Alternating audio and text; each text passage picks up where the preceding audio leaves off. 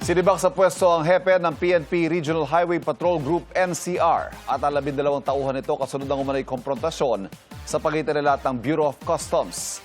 Sa pahayag ng PNP Highway Patrol Group, nangyari yan sa gitna ng pagsira sa mga nakumpiskang smuggled na mga sigarilyo sa Bulacan.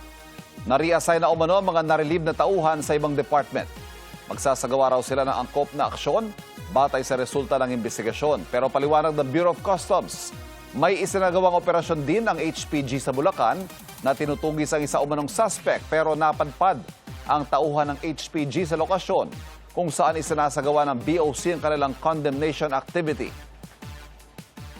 Based on preliminary reports, while we were conducting that condemnation activity, allegedly the HPG had a separate operation in a different location. That operation led to the location where we were conducting the condemnation activity.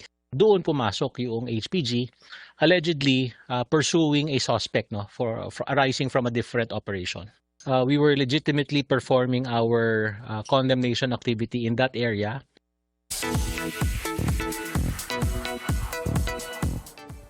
SideQuest maxing ang Kapuso Stars sa kani-kanilang fun trip across the globe. Yan ang chika ni Aubrey Carampel. There's nothing she can do now that Shuvi is in New York. Enjoy sa kanyang US trip si Shuvi na slay sa simple yet gorge fit habang nag-ikot sa Big Apple. Sa kanyang post online, ibinahagi ng former PBB housemate ang ilang snaps ng kanyang trip na may caption na, "Just a girl, her eyes chocolate, in the city she once saw from afar." SideQuest maxing din si Kapuso artist Mikey Quintos na tila one with nature sa kanyang trip in South Africa kasama ang ilan sa GMA executives. Literal na wild ang trip ni Mikey na nakita in person ang ilang animals in the wild. Out and about din sina Bea Alonzo and Gabby Garcia na stunning sa kanilang trip sa China. Real-life postcards niya ang peg ng photos ni Bea, capturing her beauty at mismong ganda ng lugar. Make it fashion naman ang all-black fit ni Gabby na may little twist ng denim. Aubrey Carampel, updated sa showbiz happenings.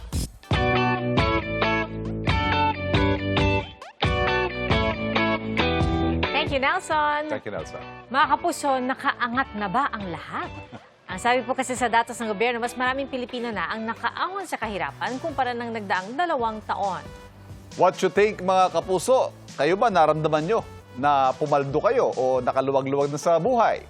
Ang sagot ay ilang kapuso sa pagtutok ni Dano Tingkungko. Kung datos ng gobyerno ang pagbabasehan, mas maraming Pilipino na ang nakaahon na umano sa kahirapan. Sabi nga nila, nakaaangat na. Sabi ng Department of Economy, Planning and Development o DepDev, batay sa 2025 full-year poverty statistics ng Philippine Statistics Authority, bumaba sa single-digit ang poverty rate sa Pilipinas sa 9.7% sa unang pagkakataon. Ibig sabihin, sabi ng DepDev, sa kada 10 Pilipino, mas konti sa isa ang maituturing na mahirap.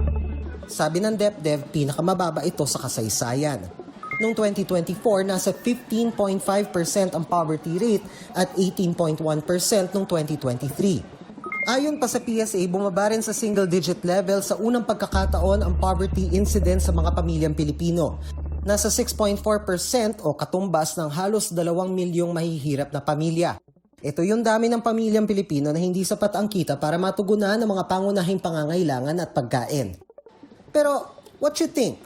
Paldo na nga ba ang mga Pinoy o medyo gipit pa? Hindi po. Kulang. Sobra. Ang laki na rin ng mga bilihin ngayon. Nagtitipid na lang. Araw-araw ko nagtitrabaho ay pumapasok. Sakto lang naman kasi kahit pa paano may kinikita pa rin. Kulang pa rin yung sahod. Lalo lang ngayon tumataas na yung bilihin. Meron namang nagpapasalamat na kahit papano nasa maayos silang sitwasyon. Lang ako, nagpa-parking, kunting barya, okay na sa akin, pero wala akong maibigay sa mga pamilya ko. Umangat din ako kasi may progress kunti.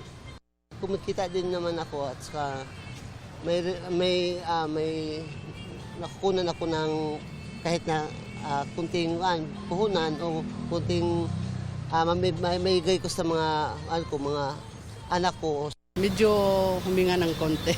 Mga anak talaga, lahat sila may pinagtatrabawan. Yun. Hindi kumbaga sanang maliliit sila na lahat sagot ng magulang. Medyo oo na parang hindi.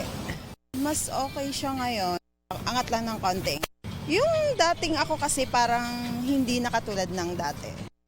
Sabi ng DepEd, ang pagbaba ng poverty rate ay dahil sa paglago ng ekonomiya ng bansa mula 2023 hanggang 2025 kasabay ng paglago ng ating gross domestic product. Yan umano ang sumalo sa pagtaas ng inflation rate o bilis ng pagmahal ng mga bilihin. Malaking bagay din sa mga mahihirap ang mga ayuda tulad ng 4P, social pension, kadiwa at tupad program ng DOLE. Pero sino nga ba ang itinuturing na mahirap? Sa ilalim ng Social Reform and Poverty Alleviation Act, sila yung mga nasa ibaba ng poverty threshold o yung kumikita ng 14,634 pesos kada buwan para sa pamilyang may 5 miyembro. Para sa Ibon Foundation, mali ang sukatan ng kahirapang ginamit ng gobyerno.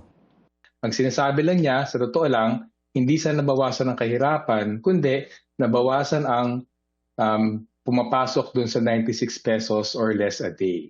Pero yun nga, it matters how you measure poverty. Kung titin natin halimbawa yung self-rated poverty ng SWS for 2025, sa parehong panahon na sakop ng PSA computation, mahigit kalahati ng pamilyang Pilipino, halos 14 o halos 15 milyong pamilyang Pilipino nagsabing mahirap sila. So para sa amin yung katotohanan siguro medyo mas malapit doon kaysa doon sa napakaliit na bilang ng kinikwenta na mahirap ng PSA. Dagdag pa ng grupo, delikado kung seseryosohin ng gobyerno ang ganitong sukatan dahil maganda mang pakinggan, pwede itong humantong sa pagpapabaya sa paglaan ng tamang pondo at suporta sa mga programa para sa mga mahihirap. Sa halip na harapin yung mas totoong kalagayan na ang dami-daming Pilipino na naghihirap, kulang ang trabaho, kulang ang kita, napipilit ang mga ibang bansa, imbis na harapin yung napakahalagang reforma sa agrikultura, Pilipinong industriya, at even sa mga batang serbisyo natin, magiging kampante sila at sabihin, all good naman pala, so business as usual. At delikado yon. Kasi kumbaga, kung binababahaan natin ang pamantayan para sa hindi maging mahirap, at kung sabihin natin matagumpay na tayo, ang netong resulta niyan, walang babaguhin sa mga patakaran na nagdudulot sa mas malawak at malalim na kahirapan. Walang mababago sa patakaran na nagpabagsak ng agrikultura sa pinakamaliit sa kasaysayan ng bansa at sa manufaktura sa pinakamaliit sa 8 dekada at sa klase ng ekonomiya na sobrang kulang ang trabaho.